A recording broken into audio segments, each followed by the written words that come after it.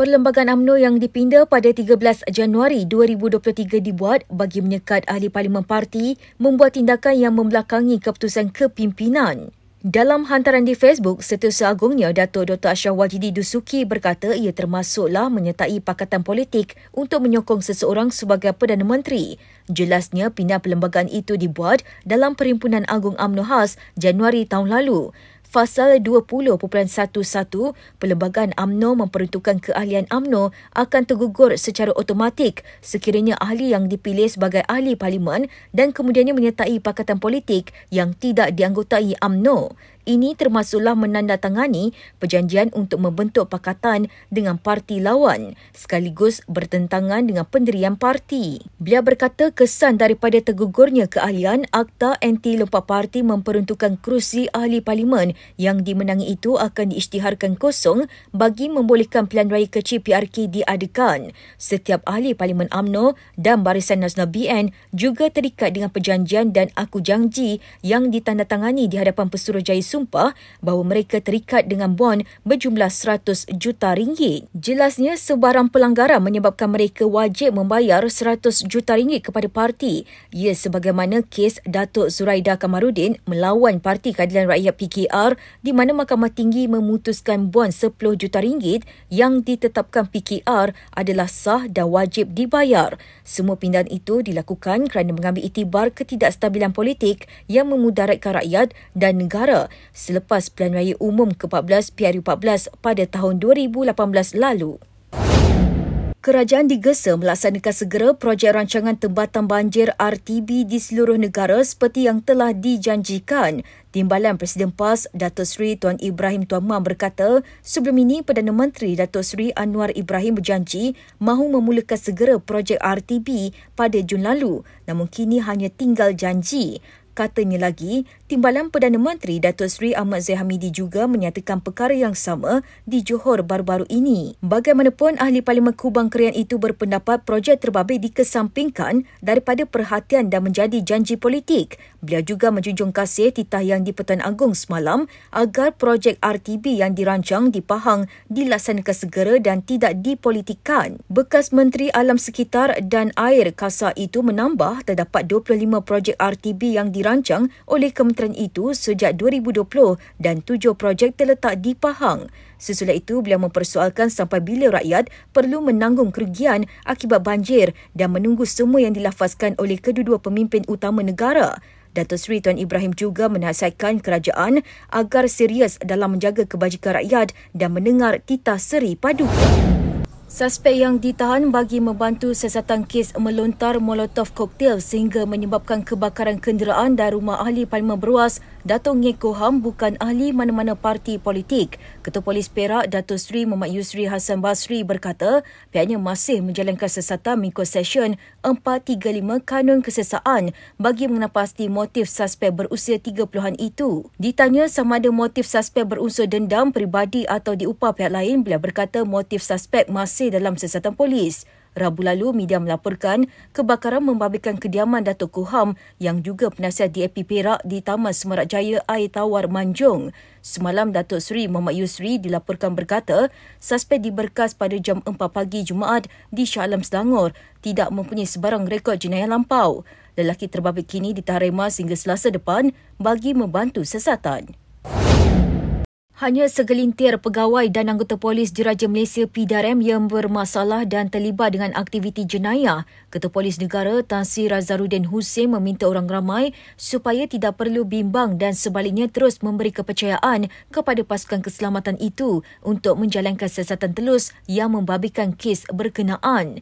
Jelasnya setiap anggota polis sentiasa diselia oleh penyelia masing-masing dan pihaknya mempunyai kaedah sendiri untuk mengendalikan pegawai dan anggotanya termasuk menangkap mereka yang terlibat jenayah. Tambah beliau, dari 137,000 anggota, tidak sampai 2% polis melakukan kesalahan tata tertib atau terlibat jenayah kerana mereka diselia pegawai atasan. Tan Sri Razarudin berkata demikian ketika diminta mengulas mengenai penahanan 2 anggota polis berpangkat konstebel dan lens korporal yang disyaki terlibat dalam kes samun darogol penuntut pelajar sekolah swasta di Bukit Ampang View pada Selasa lalu. Sepasang kekasih mapet diremas seminggu sehingga 18 Januari susulan tangkapan dalam serbuan di Felda Sebetak Bera Pahang pada Khamis lalu. Ketua Polis Daerah Bera, Superintendent Zulkifli Nazir berkata, kedua-dua suspek iaitu lelaki berusia 42 dan wanita berumur 31 tahun ditahan ketika positif dadah jenis metamfetamin.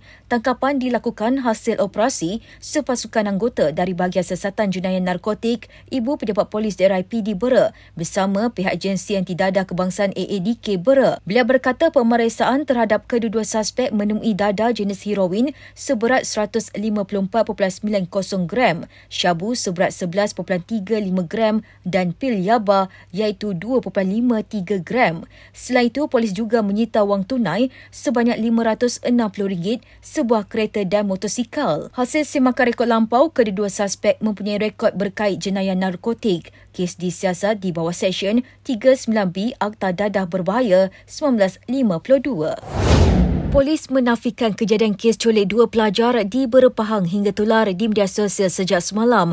Ketua Polis Bera, Superintendent Zulkifli Nazir berkata, siasatan polis telah dijalankan dan mengesahkan kejadian tersebut tidak benar dan palsu. Tambah beliau, hantaran tersebut mula tular sejak 12 Januari lalu pada jam 2.30 petang menerusi akaun Facebook Bera Unite. Hantaran itu mendakwa dua orang murid sekolah kebangsaan SK Krayung telah diculik oleh seorang lelaki yang memandu sebuah van dan mengajak murid terbabit menaiki van tersebut. Justru beliau menasihati orang ramai agar tidak terus menularkan isu berkenaan dan berhati-hati apabila menerima apa jua maklumat yang tidak sahih. Kementerian Pengangkutan mengumumkan 5 penambahbaikan pergerakan sempena Thaipusam 2024 kepada orang ramai.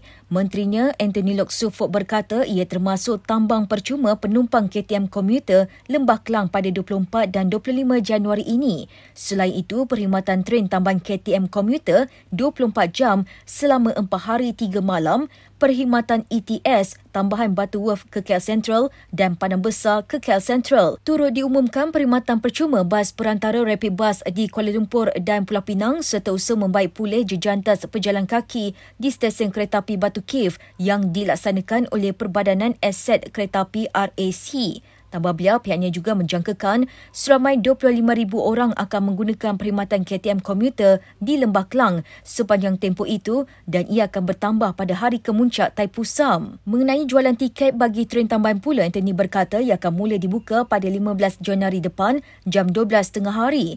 Katanya lagi, pengumuman itu dibuat bagi meraihkan kemajmukan masyarakat di Malaysia dan pihaknya berusaha untuk memudahkan pergerakan orang ramai dalam menyambut perayaan. Beliau juga ambil maklum pergerakan Thaipusam akan melibatkan ratusan ribu penganut agama Hindu, pelancong dan orang awam setiap tahun.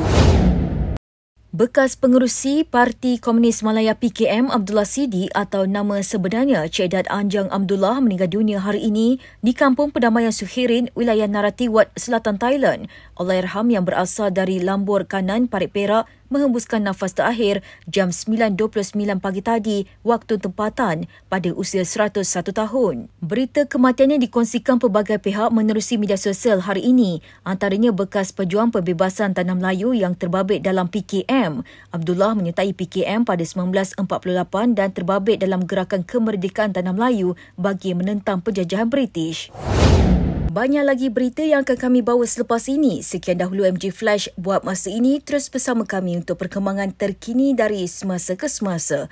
Hanya di platform media sosial Malaysia Gazette di Facebook, TikTok, Twitter, Instagram dan YouTube atau melalui portal di www.malaysiagazette.com.